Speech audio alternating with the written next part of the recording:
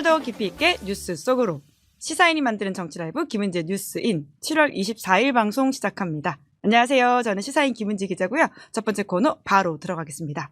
쏟아지는 뉴스에 어떻게 반응해야 될지 알려드리는 시간 뉴스 리액션입니다. 나경희 기자 안녕하세요. 네, 안녕하세요. 네, 목요일이 왔습니다. 김민아가 왔습니다. 김민아 평론가 안녕하세요. 안녕하십니까. 네, 자, 첫 번째 뉴스 얼른 들어가 볼까요? 네, 내란 특검 한덕수 자택 압수수색. 네, 3특검 소식 계속 이어지고 있는데요. 어제 오늘 나온 새로운 소식 정리해보죠. 먼저 내란 특검 소식인데요. 특검팀이 오늘 오전 한덕수 전 국무총리의 주거지를 압수수색했습니다. 한 전 총리는 내란 중요 임무 종사 그리고 위증 등 혐의로 특검 수사 대상에 올라 있는데 특검은 한 전 총리가 계엄의 절차적 흠결을 나중에 이제 보완하려고 시도를 했는지 내란 행위에 가담한 건 아닌지 수사하기 위해서 압수수색을 진행을 했습니다. 이날 압수수색 대상에는 총리 공간하고 그리고 강의구 전 대통령실 부속실장의 자택도 포함이 됐습니다. 그리고 또 지난해 10월 3일에 윤석열 정부가 무인기 평양 침투 작전을 펼쳤다고 의심을 받고 있잖아요.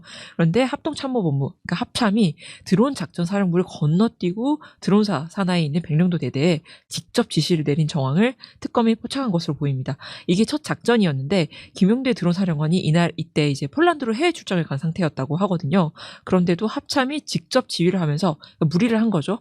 무리하면서까지 진행을 한 것입니다. 그래서 특검은 당시 드론사 관계자로부터 김명현 전 국방부 장관 그리고 김명수 합참의장이 승인한 작전이었다. 이렇게 전달을 받았다라는 진술도 확보한 것으로 알려졌습니다.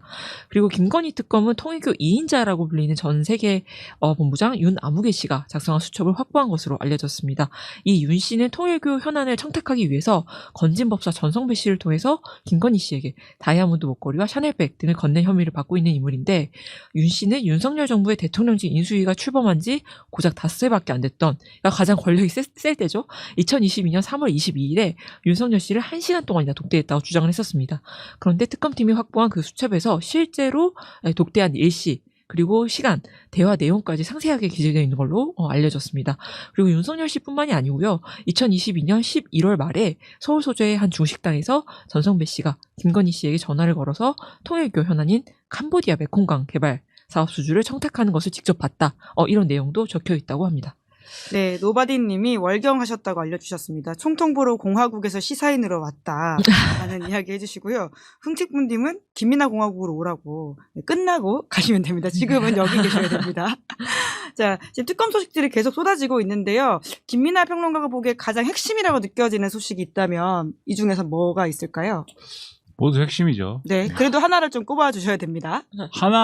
근데 진짜로 하나만 꼽기가 어렵죠. 왜냐면 각각의 이게 지금 포인트가 있는 거지 않습니까? 예. 예를 들면 한덕수, 강의구 이 집을 압수수색한 거는 여기 어디로 가는 겁니까? 국무회의를 똑바로 했냐 이거로 가는 거잖아요. 지금 윤석열이 구속이 됐었던 핵심 이유 이제 추가 기소를 했으니까 뭐 그게 얼마일 필요 없는데 어쨌든 고 혐의인 거잖아요. 예. 요거는 요거고 그러니까 이 국무회의를 제대로 했느냐를 따져가지고 요거를 이제 증명하는 거, 직권남용 혐의를 증명하는 데 있는 것이고, 그 다음에 지금 이제 그 무인기 관련해서 예. 김용대 드론 사령관의 혐의, 이런 거는 외환 혐의이지 않습니까? 그래서 오늘 나온 보도나 이런 것들을 종합해 보면 결국은 이런 거거든요. 드론을 평양에다가 왜 날렸느냐의 부분과 관련돼 가지고 결국 김용현 전 국방부 장관이 경호처장 할 때부터 이 드론을 날려가지고 우리가 뭔가를 해봐야 된다라는 거에 대해서 아주 각별한 관심과 의지를 갖고 있었던 거고, 예.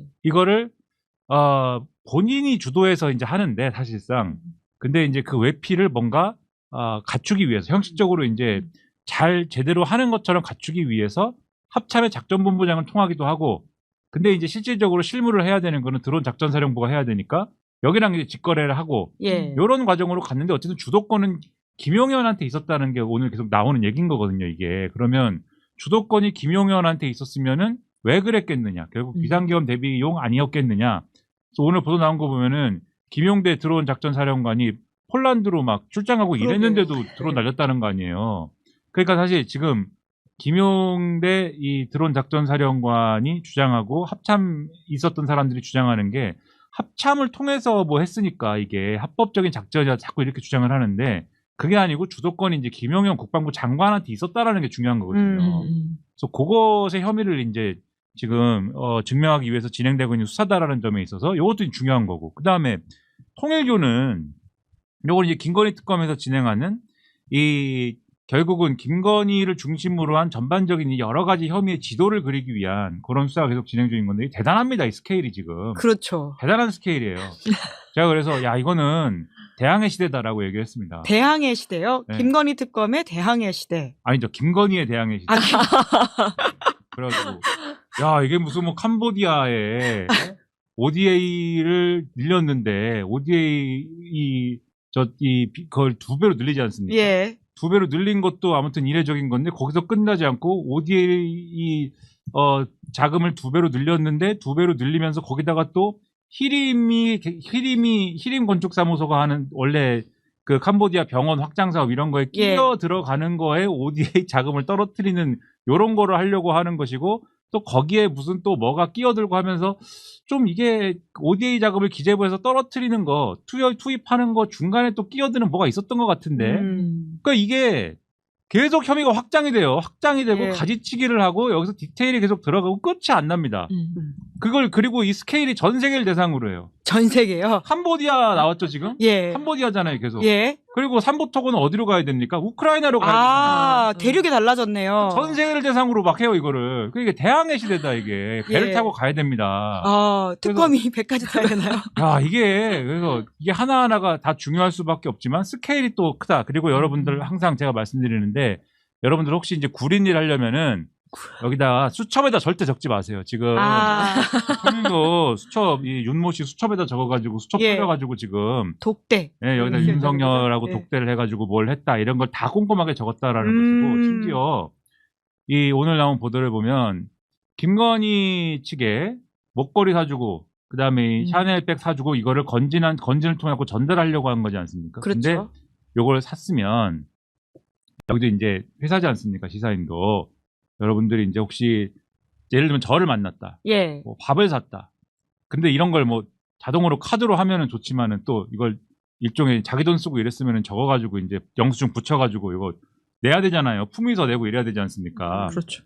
냈다는 거예요. 통일교 본부에다가. 그래서 그 서류가 나왔다는 거 아닙니까 지금? 예. 품위계획서 뭐 이런 것도 있었다라고 하더라고요. 네. 예. 그걸 꼼꼼히 써가지고 서류를 내가지고 그래서 지금 통일교에서는 원래 이거 우리는 모르는 거예요. 개인 일탈. 윤모 씨가 알아서 혼자 한 예. 거예요. 이러고 있었는데 서류가 나와가지고 지금 그게 아니다.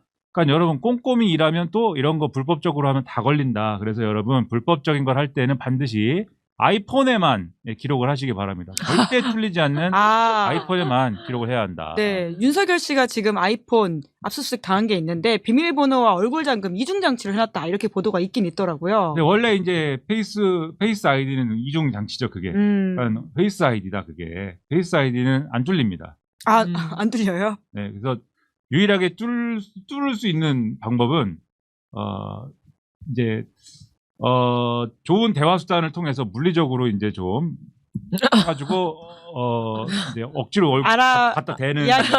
얼굴에 갖다 대면 되나요?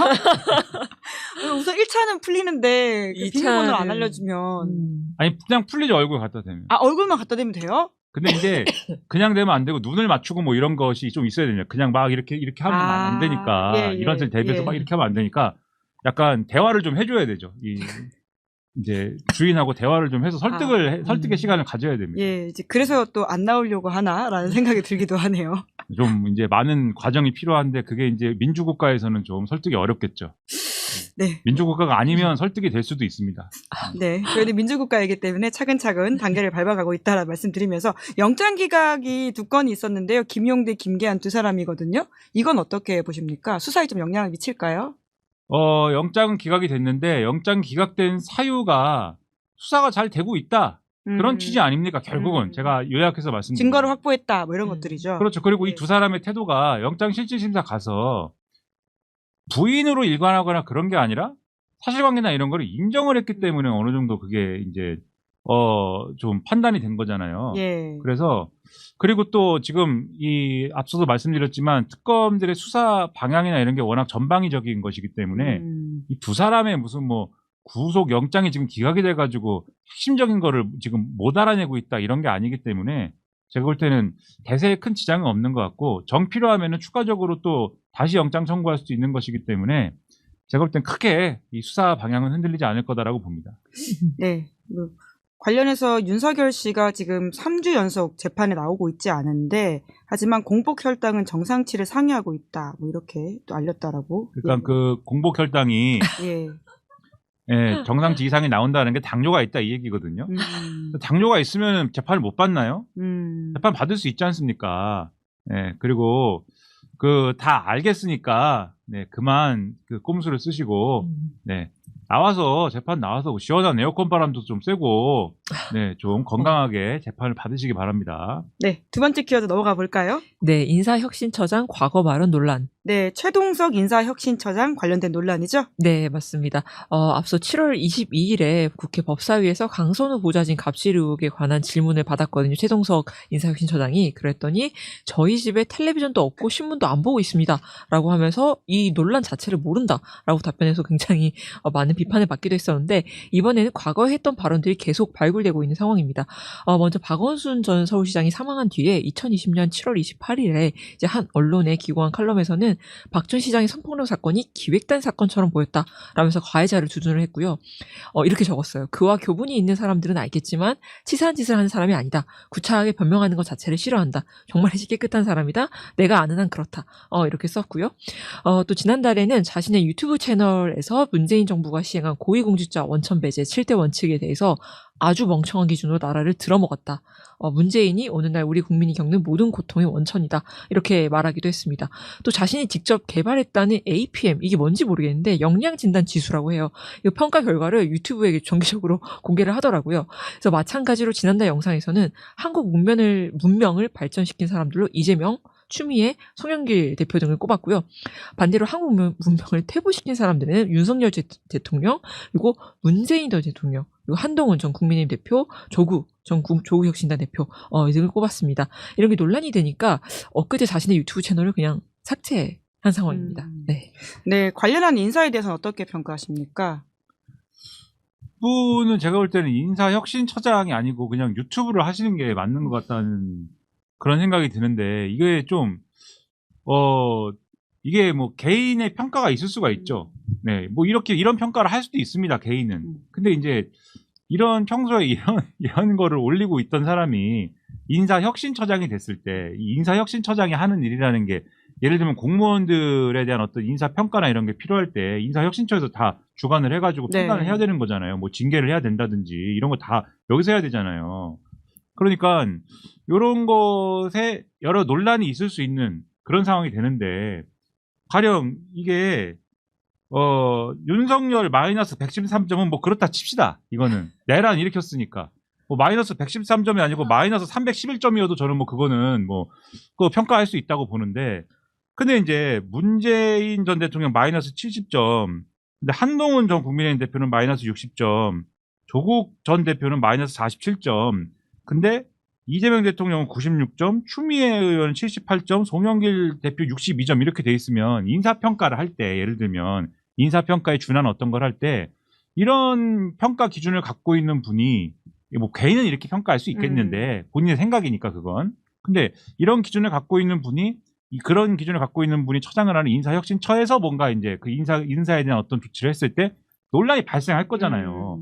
이 문재인 대통령을 마이너스 70점 평가하기 때문에 저에 대해서 인사조치 이렇게 한 건가요? 막 이럴 거 아닙니까? 증거가 될 수 있다. 그렇죠. 예, 그러니까 이런 논란이 있을 수 있기 때문에 그러면 예를 들면은 뭔가 자기 입장과 설명이 있어야 될 거 아닙니까? 첫째, 그때 내가 잘못 생각했다. 앞으로 이렇게 안 하겠다. 이런 얘기를 해주든가 아니면은 둘째, 내가 이렇게 생각하는 이유가 있다. 그래서 누구나 동의할 수 있는 어떤 기준으로 설명을 해주든가 둘 중에 하나가 있어야 되는데 이분이 국회에 가서 뭐라고 그랬냐면은 기억이 안 난다. 나는 TV도 안 본다. 신문도 안 본다. 그러면 설명이 안 되잖아요. 그러니까 저는 이분이 지금 이 자리에 좀 어울리지 않는 분이 아닌가 이런 생각을 하고 있습니다. 네, 세 번째 뉴스 넘어가 보죠. 네, 2+2 통상협의 돌연 취소. 네, 내일로 예정돼 있었는데 갑자기 불발됐습니다. 네, 한국에서 2명, 미국에서 2명이 나와서 협의를 하기 때문에 2+2 통상협의라는 이름이 붙여졌는데요. 한국 측에서는 구윤철 부총리와 여한구 산업부 통상교섭본부장이 참석을 하고 미국 측에서는 스콧 베선트 재무장관하고 제이미슨 그리어 무역대표부 대표가 참석할 예정이었습니다. 바로 내일 25일에 만나서 협상을 진행하기로 해서 구윤철 부총리가 오늘 오전 10시쯤 비행기를 탈 예정이었는데 갑자기 1시간 전에 스콧 베선트 재무장관이 긴급한 일정이 생겨서 이 협상을 하지 못하게 됐다. 이런 연락을 받았다고 합니다. 다시 최대한 빠른 시일 내에 일정을 잡을 계획이라고 하고요. 그리고 이성락 대통령실 국가안보실장이 나흘 동안 미국을 방문하고 오늘 오후에 이제 귀국을 하는데 미국에 있는 동안 마코 루비오 미 국무장관과 만나지 못했다는 이야기도 들려옵니다.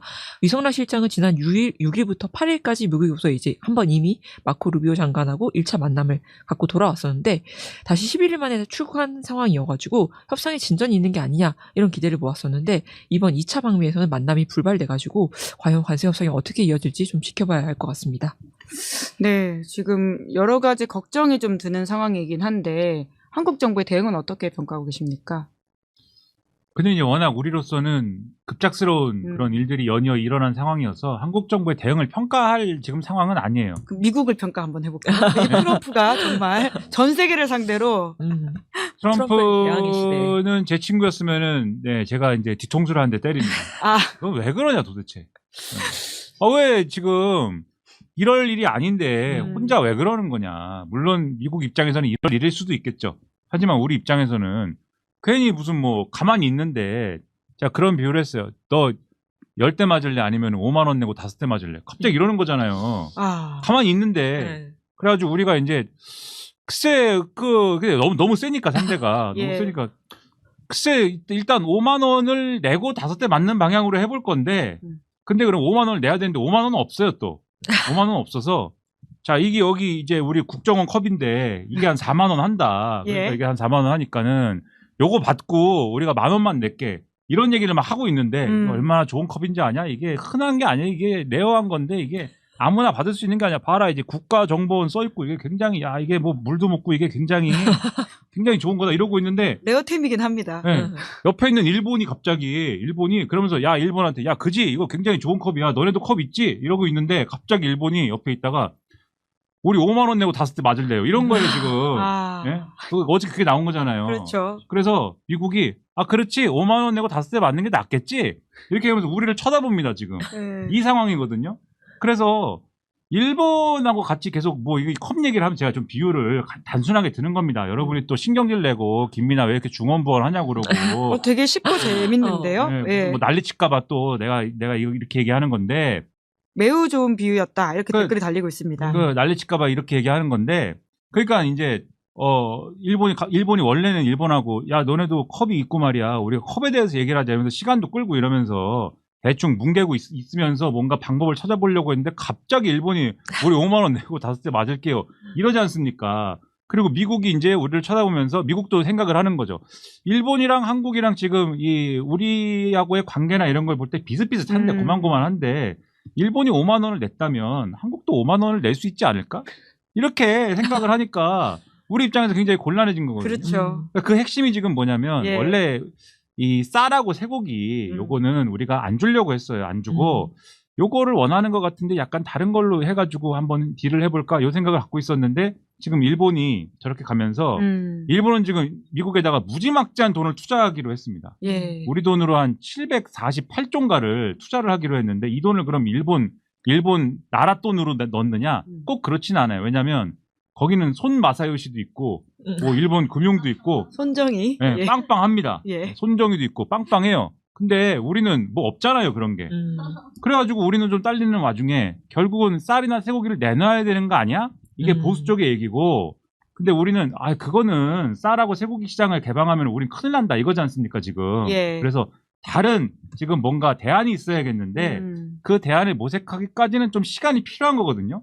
그래서 여기까지 얘기하면 사실 오늘 저 스콧 베선트하고 마코 루비오가 우리를 안 만나주는 거는 두 가지의 사실 양가적인 생각이 드는데 첫 번째로는 좀 불안하다가 분명히 있어요. 왜냐하면 안 만나준다는 거는 앞으로 우리한테 그 다음에 어떤 카드가 올지를 모른다라는 점에서 만나기로 했는데 안 만나주는 거니까 이게 불안한 게 하나가 있는 거지. 근데 두 번째는 어쨌든 시간이 좀 생긴 거 아닙니까? 물론 8월 1일이라는 마지노선은 있는데 8월 1일 되면 무조건 25% 관세야 이건 있는 건데 약간 그래도 약간의 시간은 좀 그래도 협상이라는 측면에서는 약간 그래도 하루 이틀이라도 번 거 같은 기분이라도 있는 거거든요. 예. 그래서 요 기간 동안에라도 정부가 이 현명한 어떤 생각을 좀 해서 방법을 마련해봤으면 좋겠다 이런 네. 말씀 드리는 겁니다. 놀라운 비유에 댓글창에 김이나 천재냐 총통은 천재다 이런 게 달리고 있다는 말씀을 드리면서 빠르게 다음 이야기를 넘어가 보죠. 저희가 시간 좀 넘치긴 하지만 그래도 이 이야기 안 해볼 수가 없을 것 같아서 김이나의 필리버스터 코너인데요. 김이나의 시각으로 이 문제적 기사를 읽어보는 시간인데 짧게 네. 나경희 기자가 소개해 주시겠어요? 네, 어제 23일에 조선일보에 실린 신동훈 문화부장의 글인데 대선 직전에 이제 숫자 2가 적힌 빨간 점퍼를 입고 찍은 사진을 올렸다가 이제 이번 후보를 지지하는 거냐라고 비난을 받았던 걸그룹 에스파의 멤버 카리나 씨가 한 유튜브 방송에 나와서 제가 너무 무지했다, 의도가 없었다 이렇게 직접 해명하고 사과를 했거든요. 그래서 이 신동훈 문화부장은 야당 때 인사청문회 기준이 여당이 되면 가볍게 무시하고 여자 연예인 빨간 옷 입으면 자필 사과문을 올리게 하는 이런 거는 적절하지 않다라고 이중잣대를 비판을 한 칼럼입니다. 네, 제목이 카리나는 왜 뒤늦게 사과를 했을까? 조선일보의 태평로 칼럼인데요. 어떻게 읽으셨습니까? 그러니까 또 나왔습니다. 그 맨날 이 하는 얘기 중에 이런 거 나오면은 이제 또 전체주의다 뭐 이 얘기를 해요. 그래서 동물농장 얘기를 합니다. 그 동물농장에 나오는 돼지가 그랬다는 거예요. 모든 동물은 평등하다. 하지만 어떤 동물은 더욱 평등하다. 이걸 꼭 해야 합니다. 그러면서 그런 일이 일어났다는 얘기를 또 쓰는 거예요. 예. 그래서 왜 국민의힘을 지지하는 것 같은 예, 그러한 이제 어떤 표식이 나온 연예인들만 피해를 보고 왜 민주당을 지지한 것 같은 그러한 연예인들은 왜 아무런 피해도 없이 오히려 이 칭찬받고 이렇게 훌륭한 사람이 되는 그러한 세상에 우리가 살게 되었는가 뭐 이런 한탄인데 그리고 그러한 이 불공정한 어떤 그러한 세상이 전반적인 어떤 연예계뿐만이 아니라 전반적인 그런 세태에 반영되는 것이 아니냐 예. 이런 주장을 하는 건데 이제 몇 가지 차원이 있습니다. 첫째 사실관계 차원. 자 얼마나 무슨 좌이유라고 하고 무슨 뭐만 보면은 무슨 뭐 좌빨이라고 하고 난리를 치는 그거는 다 잊어버렸습니까? 예? 그런 일이 없었어요. 상대 민주당을 지지하거나 또는 윤석열에 대해서 문제 제기를 하는 혹은 자기 팬들이 그 탄핵 그 찬성 집회에 나간다고 그 선결자고 뭐 이런 연예인들에 대해서 난리 치던 거는 그러면 다 어디 갔습니까? 그거 아니잖아요. 그러니까는 카리나라는 분이 저는 어떤 분인지 잘 모릅니다. 네. 아셔야 될 것 같은데요. 카리나 팬덤한테 지금 오지 오스본이 죽었는데 카리나가 중요합니까? 이 세대 차이를 느끼게 하는 오지 오스본 형님이 세상을 떠났는데 지금 얼른 이야기하시죠. 네. 76세 지금 세상을 떠났는데 네, 댓글창에도 누구냐라는 질문이 있긴 합니다. 실제 지금 슬픔에서 벗어나지 못하고 있습니다. 네, 근데 아무튼 그런 일이 똑같이 반대편에도 있었고 사실은 지난 정권 때 난리도 아니었단 말이에요. 침착맨더러 무슨 뭐 좌창맨이라고 하고 뭐 맨날 그래 왔는데 이거를 사실관계 문제가 그래서 첫 번째로 있고 그래서 여기서 전제하는 대전제가 되는 카리나 씨만 이 사과문 올리고 뭐 그러한 일들이 있는 게 아니다. 곤란해지는 사람은 사실관계 먼저 짚고 두 번째 그런데 나아가서 이게 뭐 저는 연예인들이 자기의 정치적 지향을 뭐 조금 드러낸다고 해서 이렇게 뭐 난리가 나고 연예인들이 한번 이렇게 했다가 이거 아니지 하면서 뭐 이렇게 하는 이런 것도 저는 바람직하지 않다고 봐요. 그래서 당당하게 자기의 정치적 지향을 표현하는 그러한 문화도 성숙한 문화도 자리를 잡아야 된다 이렇게 생각을 하면서 근데 세 번째 근데 이것도 전제가 있어요. 뭐냐면 보수 정치가 똑바로 될 때 이것도 얘기가 되는 겁니다. 내란을 해놓고 반성도 안 하고 지금도 저렇게 한심하게 굴면서 내란에 대해서 아무런 정리도 못하면서 기호 2번 지지한 사람의 그 어떤 정치적으로 정치적 시민권을 당당하게 얘기할 수 있는 그러한 걸 얘기하면은 그 어불성설이 되는 거예요. 그래서 이런 글을 쓰려면은 일단 국민의힘은 정신 차려라 이런 얘기를 하면서 동시에 이게 어디든 간에 보수를 지지하는 시민들도 마찬가지다. 연예인 괴롭히지 말고 당당하게 연예인들이 정치적 지향을 얘기할 수 있는 그런 사회를 만들자. 이렇게 써야 맞는 것이지. 거기서 동물농장 얘기하고 이러면 안 된다. 앞으로 동물농장에 제가 말씀드린 아까 그 대목 있잖아요. 그 대목을 인용하는 사람들 글은 무시하십시오. 자, 이렇게 김민아 평론가가 해설해 주셨으니까요. 직접 그 글을 한번 읽어보시면서 이 이야기를 곁들여 다시 이해하시면 좋을 것 같다는 생각이 들고요. 오늘은 여기까지 하겠습니다. 두 분 수고 많으셨습니다. 고맙습니다. 네, 고맙습니다. 네, 저는 광고 안내하겠습니다. 인터넷 비교원이 준비한 최대 120